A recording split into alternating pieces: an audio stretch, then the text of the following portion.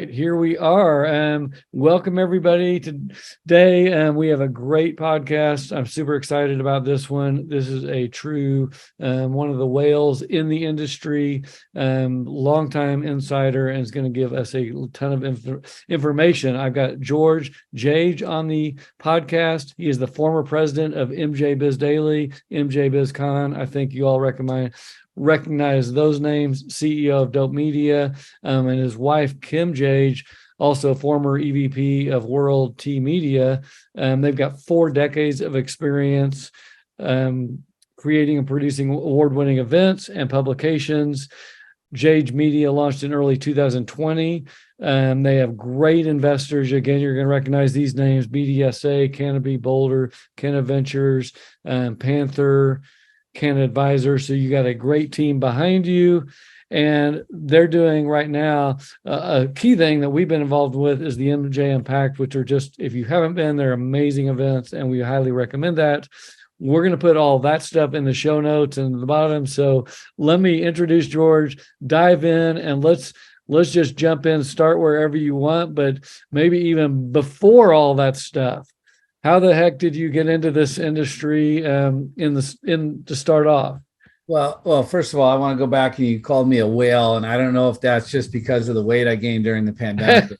But anyways, I'll take it as a compliment. Listen, in my life, I had an opportunity to build trade shows kind of at a very early age and get involved in them, and just really kind of fell in love with kind of the magic in and around of what they can do, and then the power of bringing people that have needs to be met, and people who can provide them solutions into the same room, and just kind of the energy and the economic power of that that is so exponential. And somebody coming to a trade show, it's not just you and your booth, but it might be that you're hiring more people, and that person might be able to put their kid into a better school or go to college. It's kind of the butterfly wings, right? Like that happens at trade events, and where new relationships are forged. I mean, I literally in the last week, I've talked to a dozen people that have said that they've got a business deal going, or they're working with this company because of the relationship that happened at our events, at bringing the right people in the room together and facilitating that. So I've always loved the trade show experience. I sometimes kind of joke that I'm really not a trade show producer. I'm more of a circus organizer, because it is about creating the excitement at the event, right? Like you've been to our events, we do some colorful things, like have a gong on our show floor that people can bang when they close a deal. Somebody bangs the gong, everybody in the whole exhibit hall cheers, and fight, and try to create those experiences that are fun, playful, but also meaningful, that people can really walk out of the circus and want to go tell 10 friends that they just saw something amazing or participate in something amazing. Because that's really where the success around events come, is that people who are participating are getting value out of it, and that value is something that they want to share with other people that are in their network. So yeah, I totally agree. And I've been the last one I was at MJ Vegas last year, and it is interesting so if we're in any, and for accountants, and I'm in other groups just talking about niches in general, why would I want to go into cannabis? One of the big reasons, the events. I'm like, do you really want to go to, if you're in the dental niche, a lot of accountants think dentists are the best niche because they're everywhere and they're rich. And it's like, yeah, but dentist conventions just aren't fun. And so we talk a lot about this. And the cool thing is, so yeah, the professional side, we go to the event because we want to hopefully add value. We want to find others. We want to make connections. We want to hopefully, if I'm an accountant, I want to maybe pick up some work. If I'm a CEO, I might want to meet an investor, or a vendor. And so it's kind of that crossover of the professional world, but then it's also if I can kind of call it a vacation and like, go to Vegas and go have that fun during the event at nights, go to the happy hours. I remember you all had that huge foosball thing that like 20 people play at once. Fun stuff like that. It really, then it's like, this didn't actually work. I'm riding off a vacation, and I can bring my wife as well and have fun. So I really like that. Now I know these events, have been going back some time, and maybe tell us how it's evolved a little bit from my first one was in 2014. I think I went over to Portland and I was just blown away. I was like, look at all these people at Yeah. some little random event. They've really evolved into some pretty big things. And so can you remember some of the early days when maybe there weren't as many people? Well, sure. And I mean, I think that the industry has evolved. And I mean, to your point, I mean, this isn't an industry for the faint-hearted and the people. I mean, why would you want to go to that? Like, I understand that the concept around dentists. I've got a 13-year-old who's getting braces right now. So I know how much money dentists are making. Yeah. And so, it's, and look at other industries like, there's a trade show for the fastener industry, right? That's in Las Vegas. Probably the one time a year that the people working in the industry get to like go out of their office and do something like, as opposed to working at Dunder Mifflin, at the office. Yeah. Get to go have some fun, and there's a fun experience in it, but it also needs to drive a return on investment. There needs to be value around that event. So it's not just a boondoggle, not just a vacation, especially, when, times are tight and they're tough. But going back to the cannabis industry as a whole, I think you probably share the same affliction I do. Like, it's exciting. Like, there's a lot of challenges, there's a lot of problems, and it's not just kind of day in, day out, kind of Groundhog Day where you're doing the same thing. You have to be nimble, you have to be agile, you have to be inventive and creative, you have to be collaborative, you have to be always forward thinking to really be successful in the space. But to your question about the trade shows and kind of the evolution of the space, this is something, where I think that the 30 years experience producing events has been valuable for us. When I came in and took over at MJ BizCon, they had one employee. They'd done a trade show that had maybe 50 tabletop or 20 tabletops and maybe one conference room, and very low brow. It was at a racetrack in Seattle. They did one at a Masonic Lodge in Colorado. There wasn't really a professionalism there. So, being able to come in and bring my experience and really, I had to rebrand everything. They were, kind of going down like, let's call it Cannabis Media Expo. And it's like, no, it's a trade show for marijuana. Let's own it. There were some kind of arguments against, the M word, that marijuana had a lot of, legacy racial implications to it. And my argument was that, when the FDA legalizes cannabis, it's going to say very clearly, commonly known as marijuana. Like that racism that was used by William Hearst, decades and decades ago, and the Nixon administration to kind of vilify people that used marijuana. I think our industry has owned that. Like, we're not ashamed of it. Marijuana is something that I tried in college and high school, right? It's not called cannabis back then, and I like the term cannabis, but it's like, let's be honest, this is pot, marijuana. It's something like, don't obfuscate the language that we're using that makes it like feel like it's something that it's not. Like, let's just call it what it is. It's safe. It's plant-based medicine. It's benign to most people that use it, that really have a very enjoyable experience. There's tremendous medical benefits out of it. It's marijuana, it's pot, it's cannabis, it's weed. So, but going back to those early days, I mean, when we did our first show in Las Vegas, there was, we were at a casino property. We had to be very cautious about anybody, consuming cannabis on the show floor. Almost everybody's business was operating in cash, so they didn't register until on site, and they had to pay cash. There was a lot more probably dreadlocks and tie-dyes on the show floor, and I was standing there in the lobby, and we have signs up, no cannabis use, and this guy's standing in the registration line, and he pulls out a big joint and sparks it up, and I'm like, hey, like, with all due respect, like, I mean, like, this is a pot show, but understand that this is also, we have rules around that because the hotel has a federal license that requires them to follow federal law. And here's what's going to happen. I'm not going to kick you out. I'm going to ask you to put that out or go outside with it. But if the hotel catches you, they're going to escort you out of the property. They potentially could detain you for up to 72 hours without due process.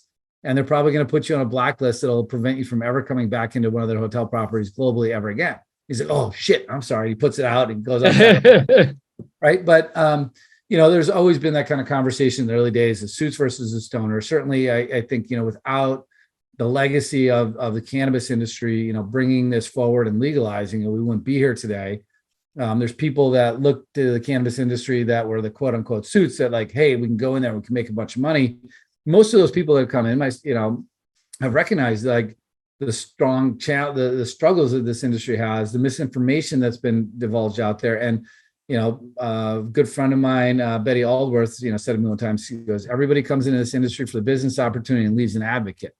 Like if you're in this industry and you're not advocating and fighting for, reform, change, legalization on national level, making sure that, some of the harms done against communities of color, against legacy operators, are that there's not a fair and equitable path forward, then you should be in the space, to be honest with you. There's a bigger opportunity here that this industry and this plant can be transformative to society as a whole. Going back to those days of those early shows, there was literally 2 or 3 shows a month, and you could spend, your entire year on your quote unquote vacation with your wife, going to these events. But it was about getting out there, making those connections. And I think as the industry has continued to transform, and those shows all focused on the supply side back in 2014, 15, 16, CannaCon, other shows that started, and NCIA had a show back then, and MJ Biz, people needed the solutions to stand up a retail license. They needed the solutions to stand up a manufacturing process or a cultivation center. So I needed the light bulbs, I needed the label makers, I needed the packaging and everything else. Kind of probably like 2017, 2018, I think we kind of went into this kind of expansionism period where we had a lot of new states coming online. And we also saw the Canadian Stock Exchange open up to publicly traded companies.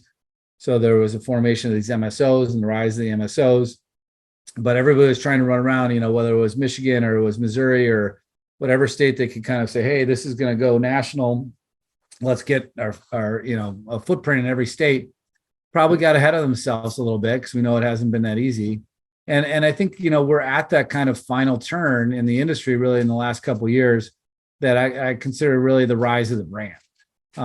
Cannabis at its very core is a consumer packaged goods industry, and there's tremendous innovation over form factors and delivery methods and use cases to apply this for different ailments, that are either, fully medical or maybe just personal, that it just makes you feel better and makes you a better person.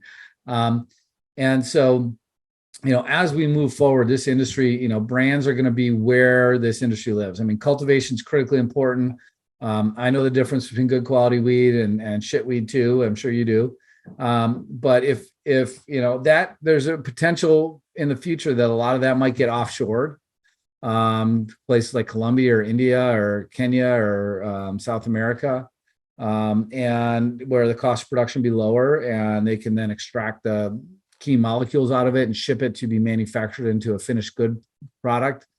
I think retail is retail. Retail operations, you need to be, have good retail discipline to be successful, but it doesn't really matter if you're selling, pens or alcohol or weed or, widgets. You need to be a good retailer. You need to understand visual merchandising. You need to execute on inventory management and human resources and advertising. And really where that creation is going to come is with the brands. This is where we're going to see the Anheuser-Busch's or the Seagrams.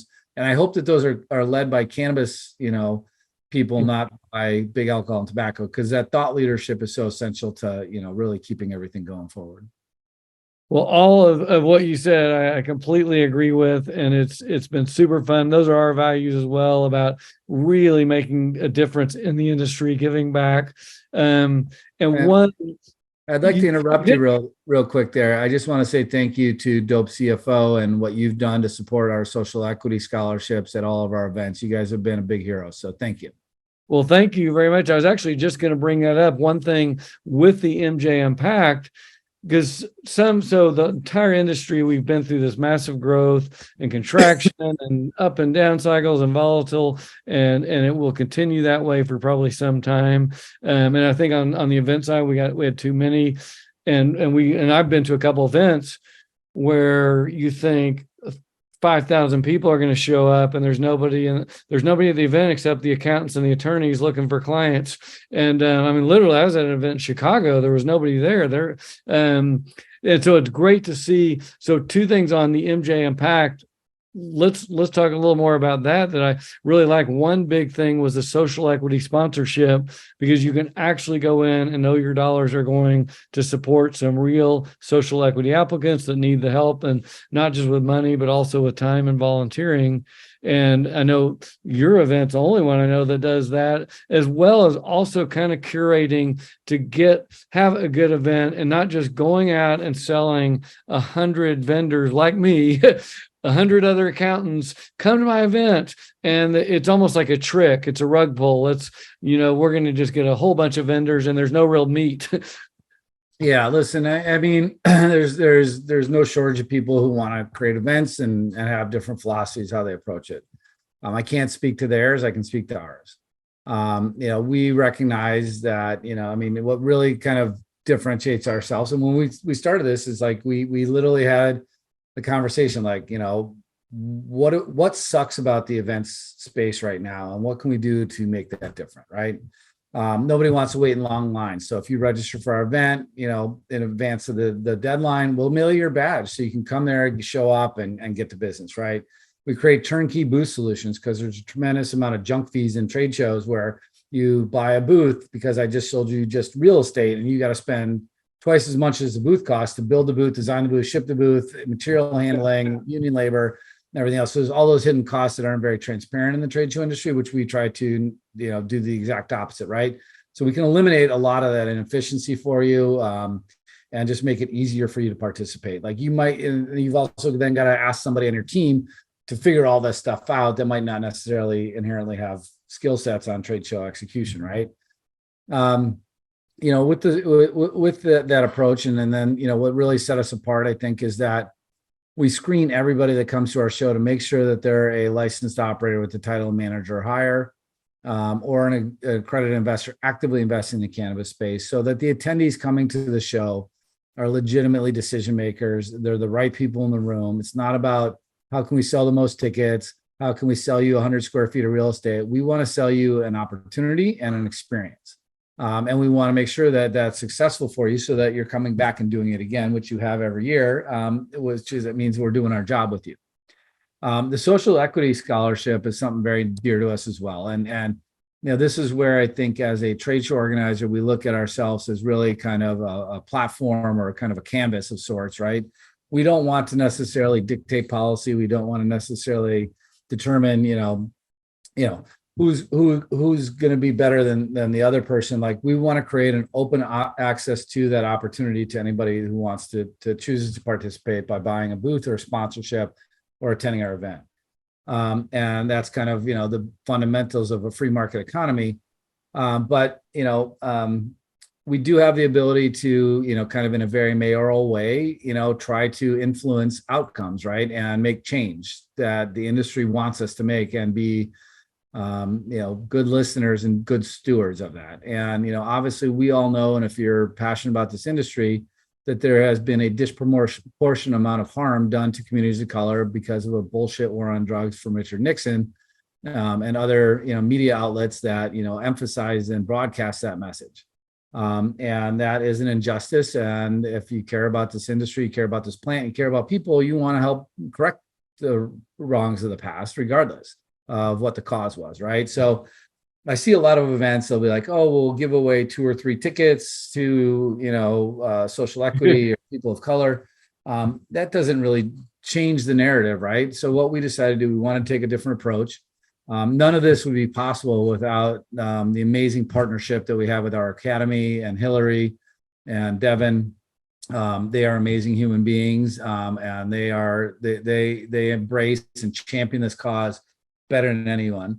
And we had an opportunity where we went out and said, hey, like, for you to have success, like, we need to get those brands on the show floor. We need to provide them the same access to capital. We need to make sure that we have diversity at our show, that we have ways that we can help support this. So we go out and instead of selling a booth for ourselves, we sell a scholarship that goes directly to them. That money then supports them to travel to the event, to participate in the event, to meet with investors, to have exposure for their brand to a national market. And that's going to change the narrative. It's if you look at why, we have really shitty numbers, pardon the French, but, around how much women ownership and minority ownership is in the industry. It's it's access to capital, and it's access to the market. So we just said like this is what we can do that will be meaningful, powerful, and actually put the rubber to the road instead of just having another panel discussion on DEI and saying, hey, there's a problem. We all know there's a problem, but what is the solution? So we want to always be part of the solution. Let me ask you though, jump in on how this relates, because great input. By the way, our academy is a nonprofit, and we have helped and been a social equity sponsor with them as well. They are an amazing organization. So let's just talk about maybe Detroit. It's coming up in October. What new things are you curating, experiences? What's it like to attend MJ Unpacked in Detroit? Kind of what would I find if I'm an investor, CEO, or a social equity applicant?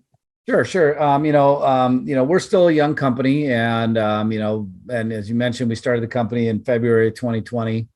As an event person, like that was probably the worst possible timing, right? Like we started a company and raised money to host events, and then their entire world was shut down. So we're still relatively young. We're it's been 2 years since less than 2 years since we've done our first event. And our event needs to continually evolve and have to the needs of the market at the moment, right? Our events have been very powerful to be able to provide a lot of access. And I'm gonna just pause there real quick. And you're gonna have to edit this out, Tyson. The milkman just showed up, and my dog's about to bark. It sounds like my dog. Because the milkman brings him a cookie every time. We have the same deal. So just to regain my train of thought here, can you go back and ask the question again? So again, give us kind of a highlight of what's going to be happening in Detroit this October. What's it like to attend an MJ Unpacked event? And kind of what are some of the newer experiences you're curating on this event, and then even into the future?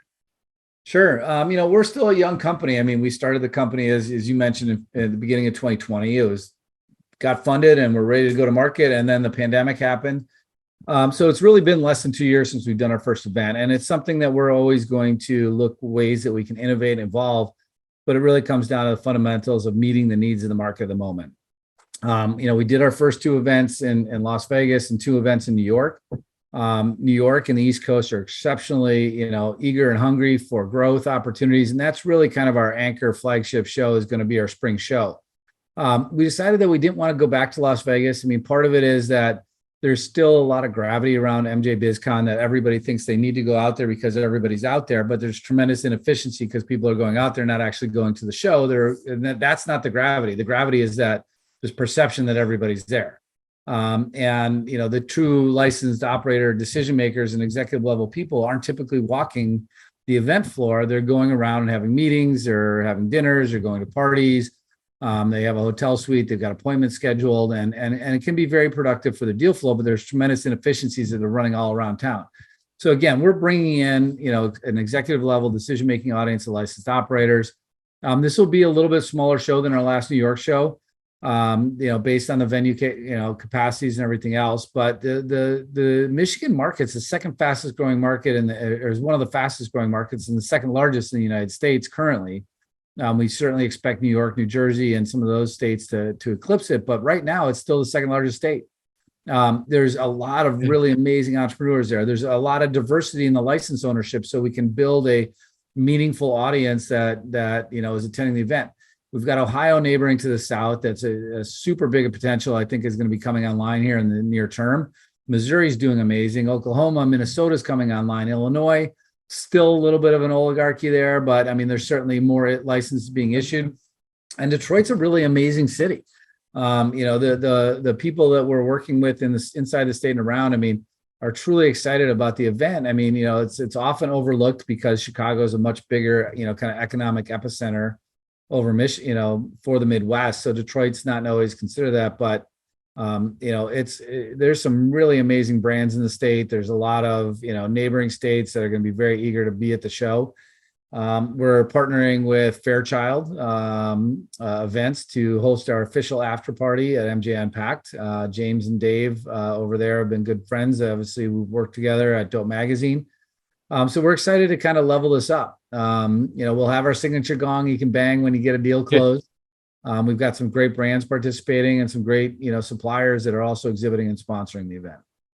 Let me talk kind of side question on, we always encourage everyone in Dope CFO VIP members to participate in the industry in many ways we've talked about, but how can they either participate kind of on, say they want a social equity applicant to mentor, or participate in the MJ Unpacked event? Is there any ideas you have, and how is that kind of different as compared to other events, so they might go do the same thing?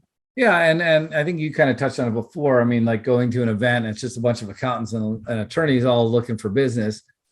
And I'm not trying to throw shade on MJ BizCon, but I do, care about this industry. And if you go and, sell 120 packaging companies booth space, are you doing the math to make sure there's enough people coming in the door to support a successful return on their investment at your event?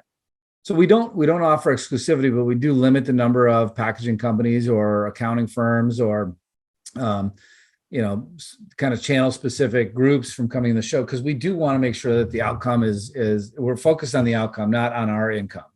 And so that outcome is a function of, being able to have enough leads that walk out of there and have a successful return on your investment, but also that return on objective of being in the room with the right people. You don't have to talk to 40 people to find the one decision maker when everybody in the room is a decision maker. Kim, my business partner and wife, sent out an email, a quote from Mitch Pfeiffer from Respect My Region. If you throw a stone, you'll be able to talk to somebody that you can get a deal done with. We're not encouraging you to throw stones at our event. But to that point, it's just, again, it creates, having that ability for peer-to-peer learning and being in a room with people that are sharing your passion and they have the level of experience you do is equally as important, right?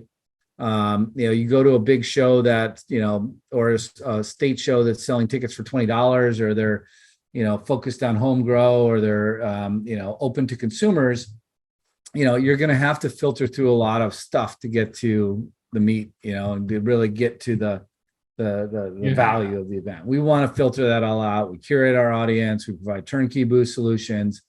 You do need to be a licensed operator with the title of manager or higher to attend the show. If you're a supplier like, Dope CFO, who offers amazing services to your clients and really helps support their businesses, obviously participating through a sponsorship or through an exhibit booth is the way that you can have access to this audience. So, well, let me ask you, willing when you guys are. Well, let me ask you a final question. So we kind of talk about the ancillary, and what if I actually have maybe I'm a social equity licensee, or I want to be there, but I'm nervous because I'm going to be facing a big VC partner. How can I prepare and not be terrified when this investor walks by and starts grilling me? Is there any tips you've got for me, that the business owner, I've got a new dispensary or whatever?